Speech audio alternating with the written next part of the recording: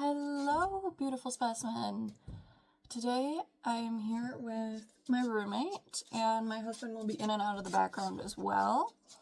I apologize if I do sound a little different. I am on the sicker side of things, but still getting the video out. And here we go. Are you ready for this amazing story? Yup. I will need full commentary for both of you at all times. Am I the a-hole for laughing at my coworker who chooses to drink their own pee instead of getting fired? I am currently working at a mine in Alaska. We live in camp while we work, and we are nowhere near civilization. The only way to get here is by airplane or winter road. We are expanding, so we have more manpower than usual, so we have temporary housing in tents. These aren't camping tents and an air mattress or anything. They are proper Arctic survival tents with electricity and heating in every. That's literally how it does it. The only difference is that they do not have private bathrooms like to regular camp rooms. So you have to walk about 100 yards to get to a bathroom. This has led to some guys using pee jugs. It's exactly what it sounds like. You buy bottled drinks, and then you have this container so you don't have to leave your own room to relieve yourself. It's gross but understandable. I mean, honestly, who hasn't as a dude? Yeah, I've used pee jugs before. The one ironbound rule is don't get caught. If the maid finds it, you are screwed, terminated, put on the no hire list for 90 days. Damn. My buddy Dan double screwed up. He forgot to get a bottle, so he used a coffee cup he had in his room. Then he forgot to dispose of the cup in the morning. He got called to the office to be let go. He said it wasn't pee, but it was his tea that he had like it cold. He proved it by drinking him. Ugh. They didn't fire him because what kind of maniac would drink day one old pee? He was telling us all how he pulled over one on the company, and I laughed. I thought it was funny. He said it wasn't funny, and it's BS that he had to do that. He called me an a-hole for not having more empathy. I honestly thought it was hilarious. I mean, they're trying to not have gross living conditions. By the way, the pay is $225,000 a year. I would walk to that bathroom. Is that shit or not? $25,000 a year? $225,000. $225,000. That's 6 digits a year. That's 100 times what we make. Yeah. In the military, dude, we make like nothing. We make about 25,000 a year. So our paychecks are like $2,000 a month. Theirs are like $20,000 a month. Sorry, I'm bad at math, guys. Yeah, I'd be walking to that damn bathroom. Well, yeah, you'd have to, but as a dude, it's like, yeah, but you got to bring those with you, or else if you get caught, you fired. I mean, even if I figured out a way that I could not leave the room, I would leave the room. I would go. I'm not losing that job. That is... I mean, Whew! You can't, and plus you have to take an awkward winter road or airplane out of there, and it's just... I mean, props to the guy for committing for the money, Yeah, but at the same time,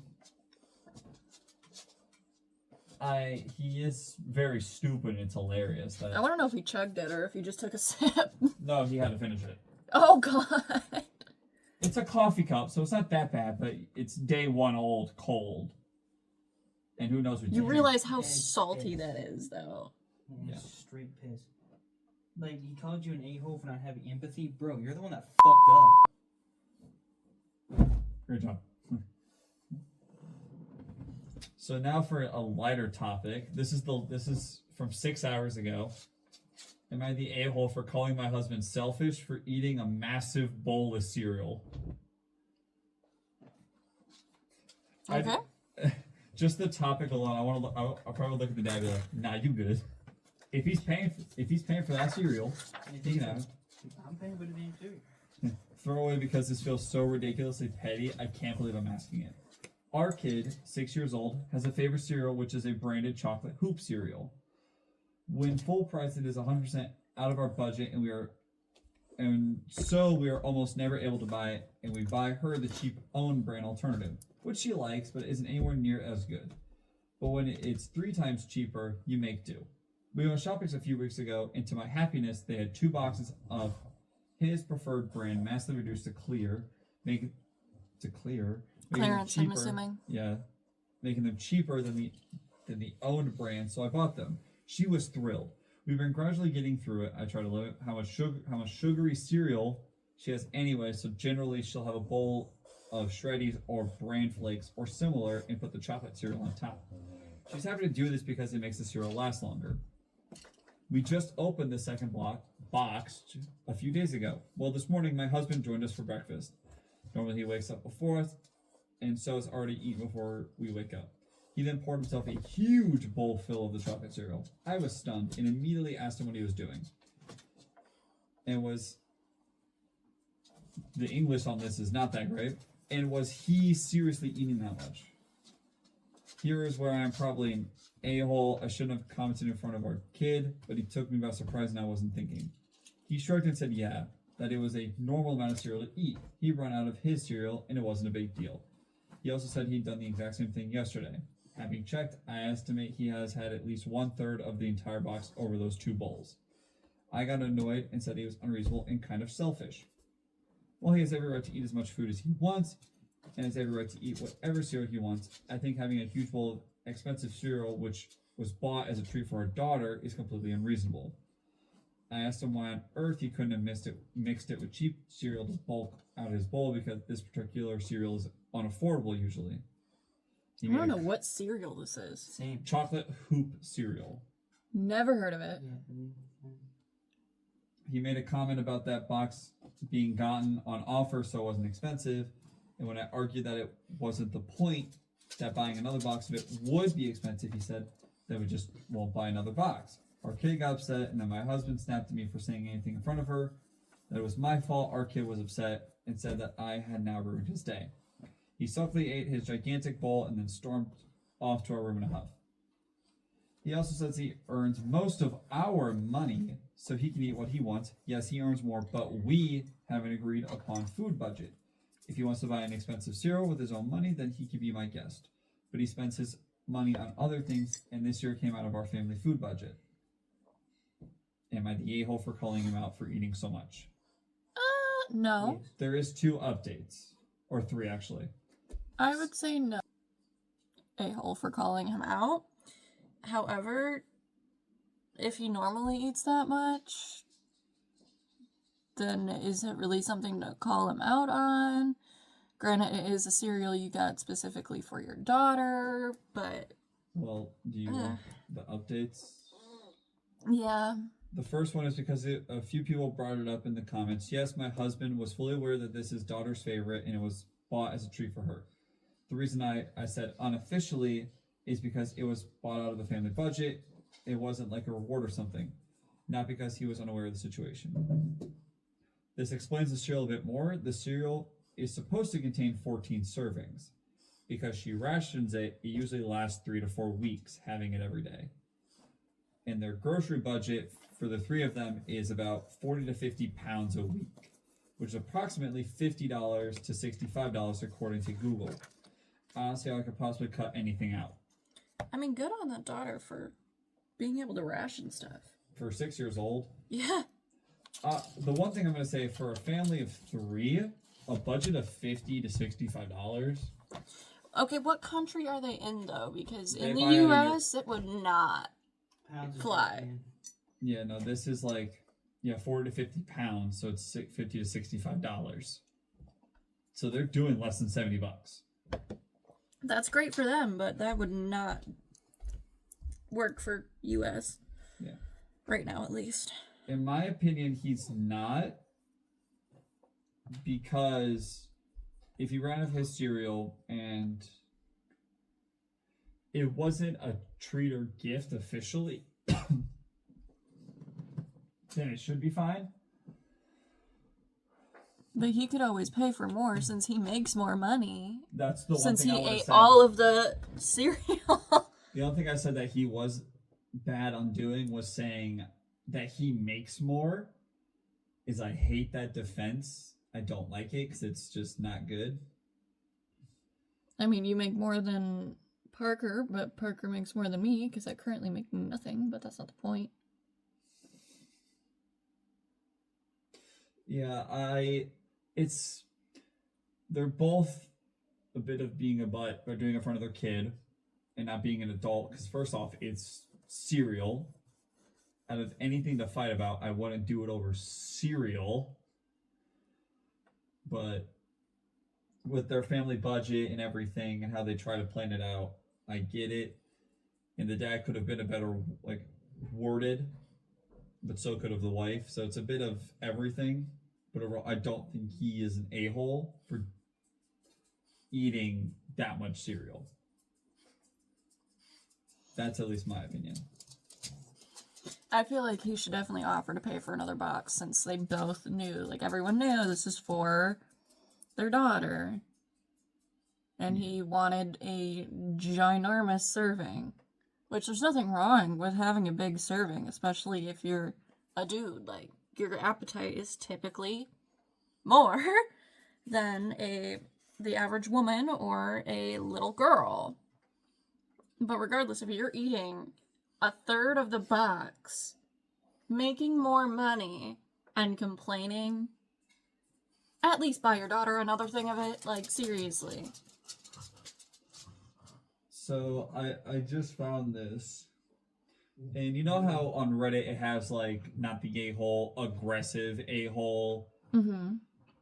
This one was yesterday. It already has the aggressive like a-hole mode. Dang, I wonder if this is gonna get put on Am I the Devil? It's a little bit longer. Not too much. The title is Am I the a-hole for telling my half-sister she doesn't deserve my mom's necklace? Oh. So already... Hello everyone, I'm coming on Reddit to seek advice because I think I'm in the wrong. So they already think. I, 21F, have 2 full siblings. Not going to do names, so there's 2 males, 23 male and 25 male. We have a half-sister who's 18 female, who is a result of an affair. Oh, yikes. Our mother, 50, they put 50M, assuming F, is unfortunately terminally ill. The doctors have told us she doesn't have much time left. She called us all in to talk about her will and what we would each be getting. My mother was a banker and amassed quite the portfolio. My English today is terrible. Shortly after the half-sister was born, her mother wasn't very active in her life, leaving her to move in with us and live with us. Okay, so it was a dad's affair. Okay. I could always tell Mom held some sort of resentment to her. Well, My mom wasn't strong enough to leave after the affair, and she regrets it every day. Mom raised her like her own for so long, but all the child could do was be snarky towards her and always say, "But you're not my real mom."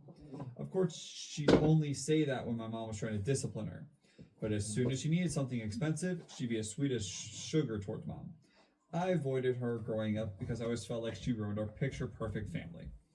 Back to the day this happened, Mom was reading out her will on her bed. My mother owns a beautiful emerald necklace, a family heirloom. She looks directly at the half-sister and tells her she can keep it.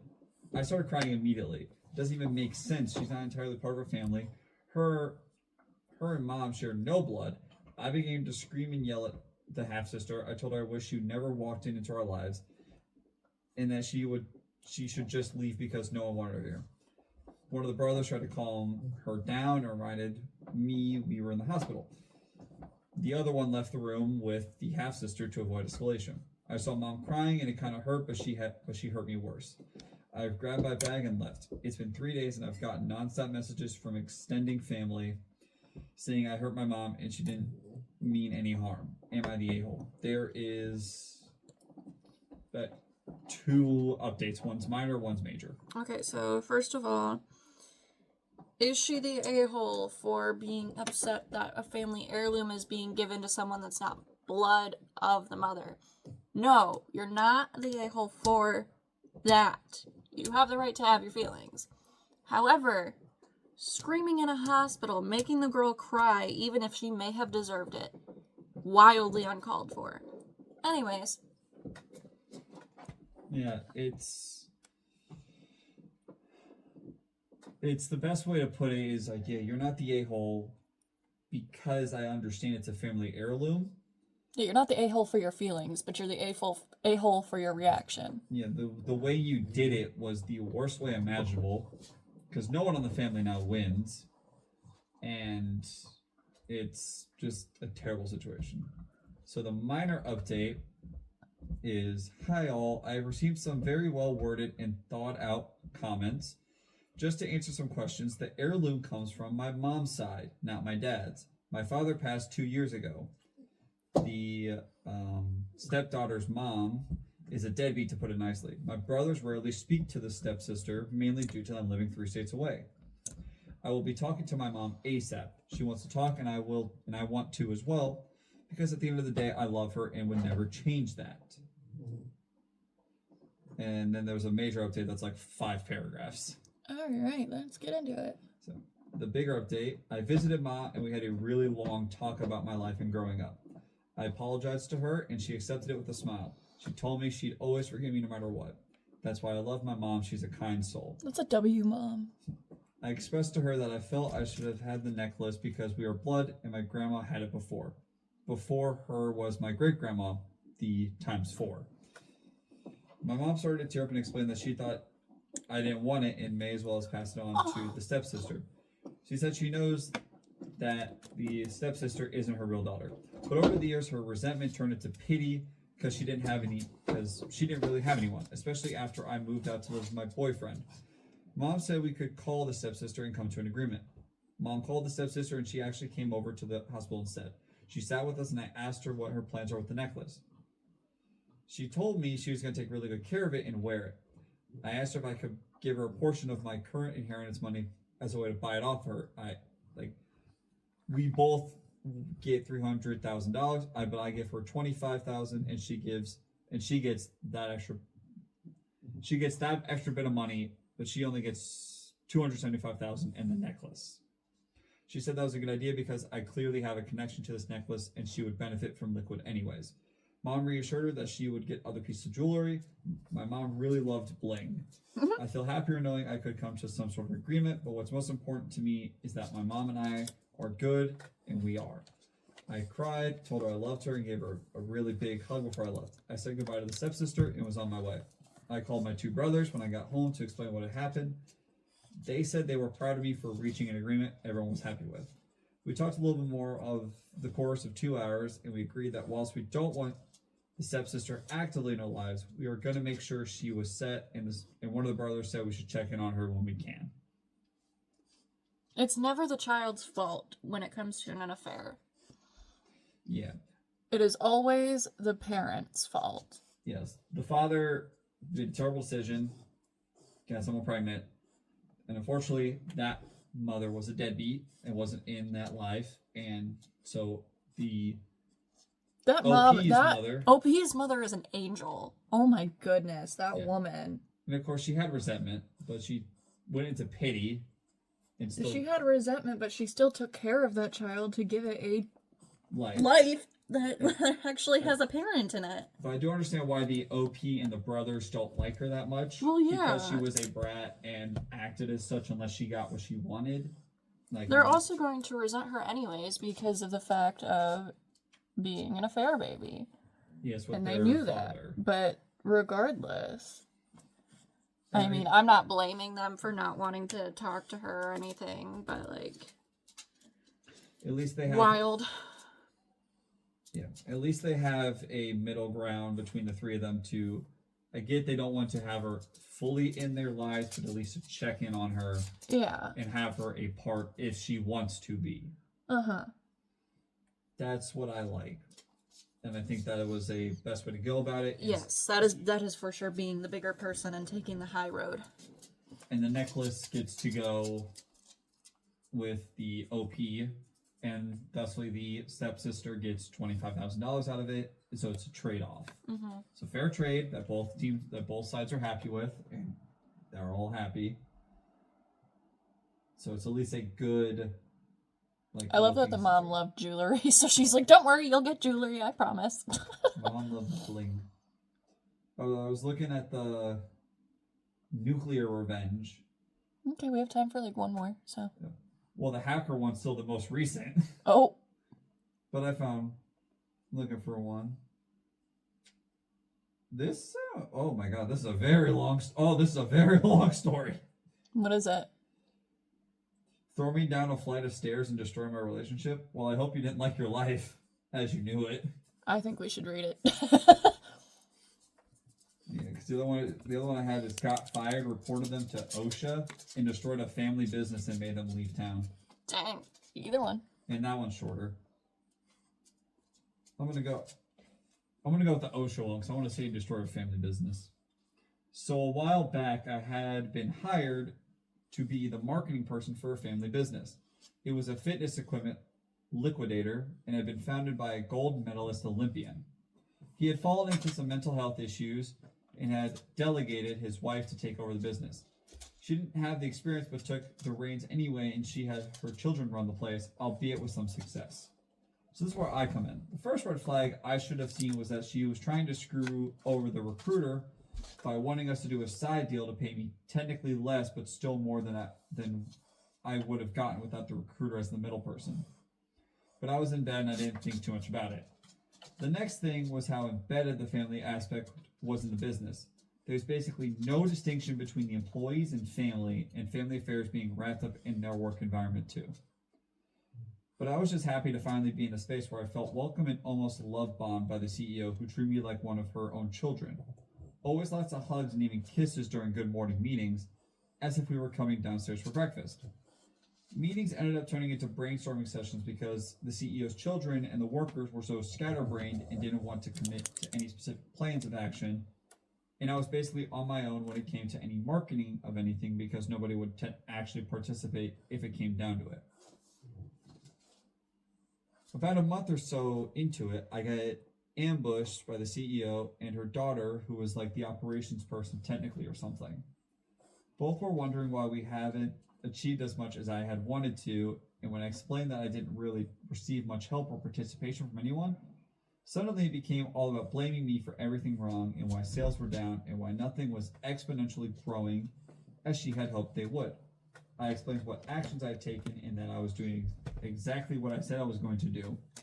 It wasn't my fault nobody wanted to help them when they said they would. It didn't matter. They wanted me gone because they expected the moon in 3 weeks' time with zero budget and zero help from anyone else. So I just left.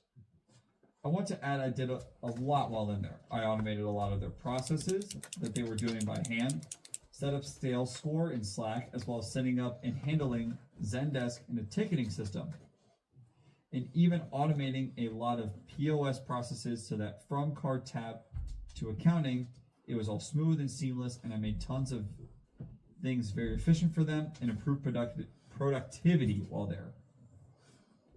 But none of that had mattered, of course. They wanted double the sales from basically social media posting and nothing else. While I was there, I documented tons of OSHA violations, exposed wires where customers would walk, ADA violations, customer safety violations, forklifts operated with zero certification and no PPE, and having employees standing on top of the forks just trying to reach the warehouse ceiling. With no safety anything. Structural violations, you name it. They had landlord special type fixes and left things in often worse states than before. I made the call and sent OSHA photos of what I had documented, which I had only documented in the events of needing to use it. Never actually expected to come to that, but it did. After talking with them, it was explained to me that there was months-long processes to get actions to be taken, even with evidence. The penalties for the violations I had evidence for were financially crippling fines that I knew they wouldn't be able to handle. And after months of checking every now and again, I got confirmation action was taken. Then a couple months later, I drove past the warehouse/showroom and saw that it was abandoned. Broken letters, overgrown grass in the parking lot, boarded up windows and doors for lease, all gone and dilapidated. There it is. While I was placing those calls, I was also reaching out to the realtor friend who was super good at what she does, saying that we should time it right so after these fines and penalties that she can drop literature off at their door until they're convinced to sell. She didn't do it in time, but she did catch wind that the house had been sold and sold fast. Their website was 404, and they basically packed up their bags and left. I still can't believe it worked, but sometimes in life you have to accept that we are the karma that someone has coming to them. Goodbye, Amy. Wherever you and your family left to, we're even. So basically, did a bunch of stuff for them, made everything better and easier and faster. Mm-hmm. But just because sales weren't gone up because they weren't working, Effort comes from all parts, not just one. he got fired. But then, first off, congrats to him for having OSHA documentation, because that is a place you do not want to be on their bad side. Yeah, you do not want to mess with OSHA. And the second I saw exposed wires where customers were standing, I think I was just crossing them for not having a lawsuit. Yeah, literally. Like, that's just blatant negligence. Although I will give a pass for forklift driving with no certification. Forklifts are awesome. That you can't blame anyone for that. I don't think it's that hard. I mean, I may be wrong, but I don't think it's that hard to get a forklift certification. It's not. It's just it's just paid training. You have to pay for it. Mm-hmm. So obviously, with how they were sounding and how terrible the situation was, they wanted the money for their pockets, not for the infrastructure and security. Yeah. That's what a lot of people do, is they just... Oh my god, I can never open this. Can you open this? I don't know why I can never open it. I literally have to bite it, but then it splatters on my face. There you go. Thank you. Actually, I have to deal with that. Do you want another story? Or you got If you can find one short one. choosing beggars. Okay. Here it is. The inevitable happened. Let me see. Yeah. I posted previously about my cousin who is extremely irresponsible with money. I gave them a free car because I had heard one of theirs died and they couldn't afford the payments to replace it. They immediately traded their car I gave them on a luxury SUV. It got repossessed last week. Evidently, they couldn't keep up with the payments. This all comes secondhand from other family members. I feel much better knowing they didn't lie to me about not being able to afford a car payment. They just wanted a... So, yeah, they got a Fancy free car. A very short story. But you get a free car and you trade it in to get a luxury SUV, even though you couldn't even pay a battery replacement. That's wild. People are If you can't very, very dumb. It's like, I get it. Battery replacements aren't super cheap all the time, depending on how good of a car you have and how new it is. We probably need to pay for a battery replacement if it can't be recharged. That's fine. But yeah. So, I mean, yeah. for example, yeah. But Yeah. even so, that's already all planned out. Mm-hmm. And that's super easy. But the fact is, like, if you can't afford a battery replacement, if that can't be afforded, you can't afford a brand new luxury car. Especially after a week. I mean, you can if you take out a loan, but if you don't pay that loan, good luck. Yeah, exactly. And they're going to repossess it, and you're going to be stuck with that. Yeah, you'll be stuck without a car, even though you got a car for free. That runs just fine. All you need a car for is to get from point A to point B. Would you help someone pack and move for a free collection of religious VHS tapes? Religious VHS tapes? Why? That's yeah, free books and other stuff in exchange for assistance to organize and pack to move. I mean, I would do it for money. That's not the offer. I would do it for money. You get VHS tapes, No, I don't even have a VHS player. but they're religious. I do. Why do I care? You got the Easter story, Joseph and his brothers. That just sounds like a sitcom. Why is that? But alright, I am going to do finishing touches and be right back. And I'm back with a finished look. Let me know what you guys think down in the comments below. The lashes were giving me a hard time, so if they look weird, I don't care. Yeah, don't forget to like and subscribe, and I will see you guys next time. Bye!